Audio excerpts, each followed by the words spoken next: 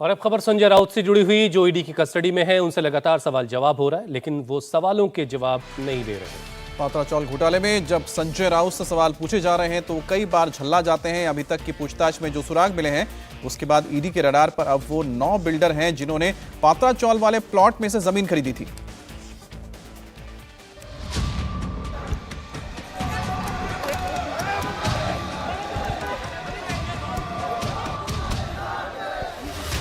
सवाल पर सवाल,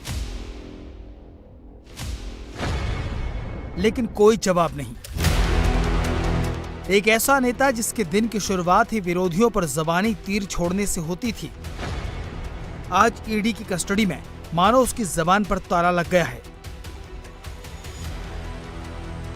पिछले 3 दिन से ईडी के अफसर संजय राउत से पात्रा चाल घोटाले के मनी ट्रेल को लेकर सवाल कर रहे हैं, लेकिन सूत्र बताते हैं कि संजय राउत किसी भी सवाल का ठीक से जवाब नहीं दे रहे। संजय राउत एक तो सवालों का जवाब नहीं दे रहे, उल्टे कस्टडी में ईडी के अफसरों पर धौंस दिखा रहे हैं, गुस्सा हो जा रहे हैं, बार बार सवाल पूछने पर झल्ला उठते हैं। दरअसल ईडी की कस्टडी में संजय राउत को हर उस सवाल का सामना करना पड़ रहा है जिससे वो अभी तक बचते रहे हैं। इसलिए पूछताछ के दौरान संजय राउत झल्ला उठते हैं।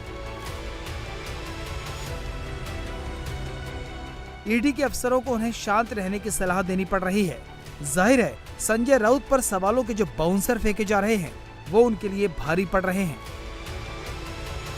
इस तरह की भी खबर लगातार आती रही ईडी के सूत्रों के हवाले से कि संजय राउत जांच में सहयोग नहीं कर रहे हैं, सवालों का सीधे तरीके से जवाब नहीं दे रहे हैं।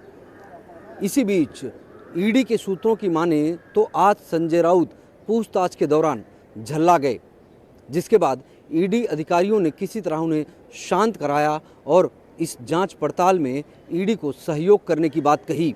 हालांकि संजय राउत किस सवाल से झल्लाए उसको लेकर कोई विस्तृत ब्यौरा ईडी की तरफ से आधिकारिक तौर पर तो नहीं आया, लेकिन संजय राउत की झल्लाहट की बात को भी ईडी ने खारिज नहीं किया।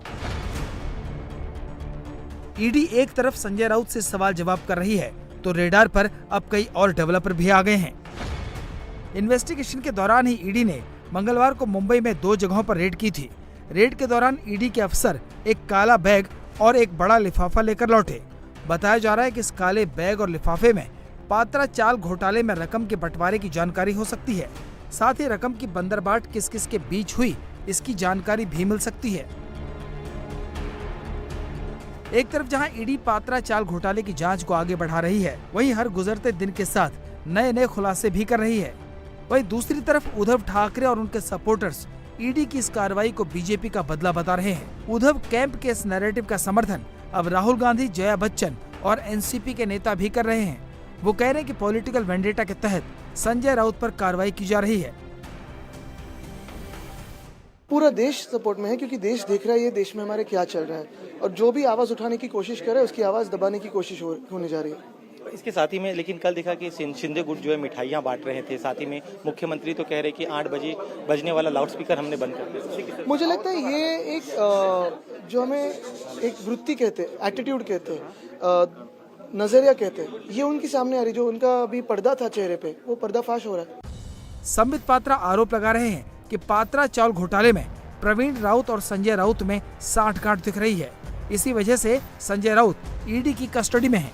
लेकिन उनके भाई सुनील राउत इस आरोप को सिरे से खारिज कर रहे हैं। सुनील राउत ने कहा कि ऐसे तो जितने लोगों का सरनेम राउत है उन सभी का कनेक्शन संजय राउत से जोड़ दिया जाएगा। एग्रीमेंट को दरकिनार किया, गरीबों के ख्वाबों को खत्म किया, उनके लिए घर नहीं बनाया और अपने लिए 1040 करोड़ बटोरा गैर कानूनी तरीके से इस कंपनी ने, जिस कंपनी में संजय राउत के खास मित्र प्रवीण राउत थे, उन्होंने हासिल किया 1040 करोड़। जिसका नाम राउत है तो क्या सब हमारे कनेक्टेड हो गए क्या?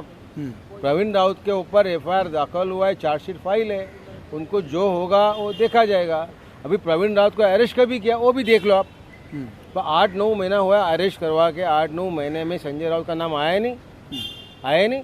आज ही कैसा 5-6 दिन में कैसे चल रहा है कि ये सब पॉलिटिकली है। संजय राउत जिस प्रकार से भाजपा के विरोध में बोल रहे हैं, उनको किसी तरह से उनका आवाज़ दबाना है। इंडिया टीवी हर वक्त हर जगह डाउनलोड करने के लिए सर्च करें India TV news Google play store या ऐप स्टोर पर।